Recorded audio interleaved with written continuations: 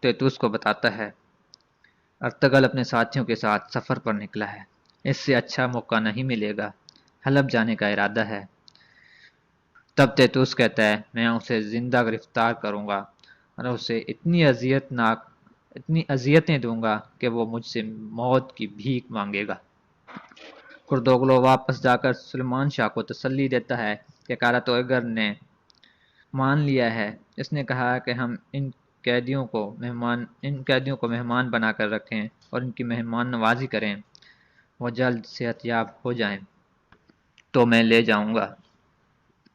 آئیکس اور حلیمہ اب سہیلی بن چکی ہیں تو دونوں باہر قبیلے میں گھوم رہی ہوتی ہیں کہ وہ گھومتے گھومتے قالین گاہ جاتی ہیں۔ آئیکس کو حائمہ خاتون بلاتی ہیں، وہ ادھر جاتی ہے تو پیچھے سے سلجان موقع پا کر حلیمہ کو جا کر تنبیہ کرتی ہے، کوئی خواب مت دیکھ لینا، انسان اپنی اوقات میں اچھا لگتا ہے، اگر ذرا سی بھی تم میں شرم ہے تو تم فوراً چلی جاؤ یہاں سے۔ مہمان سے جانے کے لیے کہنا شایان شان نہیں، اس لیے کوئی کچھ نہیں کہہ رہا تم سے۔ حائمہ خاتون سلجان کی چالوں اور شیطانیت سے آگاہ ہوتی ہے، وہ دیکھ لیتی ہے کہ سلجان حلیمہ کو سنا رہی ہے۔ سلجان، تم جن کے ٹکڑوں پر پل رہی ہو حلیمہ، جنہوں نے تمہارے زخموں کو سینچا ہے، سر چھپانے کی جگہ دی، کیا ان کے سارے احسانات کا صلہ اس طرح چکاؤ گے؟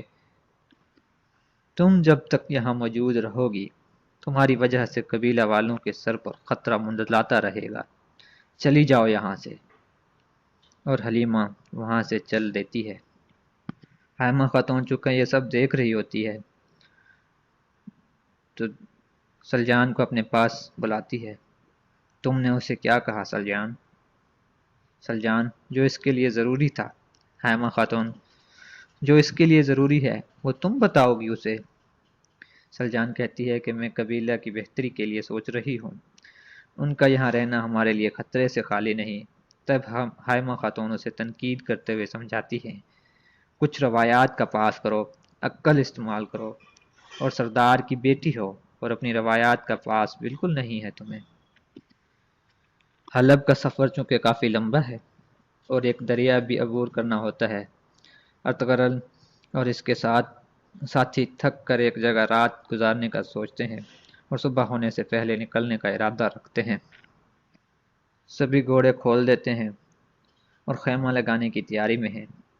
ارطغرل بھی گھوڑے کی گدی کو کھولتا ہے تو اسے حلیمہ کی رکھی ہوئی نشانی نظر آتی ہے اور وہ اسے اپنے تلوار کی مٹھی سے باندھ لیتا ہے۔ منہ دھوتا ہے تو پانی میں اسے حلیمہ کی عکس نظر آتی ہے۔ اتنے میں دیکھتا ہے کہ ایک بزرگ اور ان کا ساتھی ایک ہرن کی ٹانگ پر پٹی باندھتے ہیں، لگتا ہے کسی شکاری نے اس معصوم پر حملہ کیا ہے۔ ارطغرل بھی وہاں پہنچ کر کہتا ہے، میرا خیال ہے وہ شکاری میں تھا۔ بزرگ، اگر وہ تم تھے تو تم تو بہت اناڑی شکاری ہو۔ خیر، ارطغرل ان بزرگ سے بہت متاثر ہوتے ہیں۔ بزرگ انہیں کہتے ہیں، بہت احتیاط کرنا بیٹا، جنگل میں درندے بھی ہیں اور ہوا بھی سرد ہے، گم نہ ہو جانا یہاں پر۔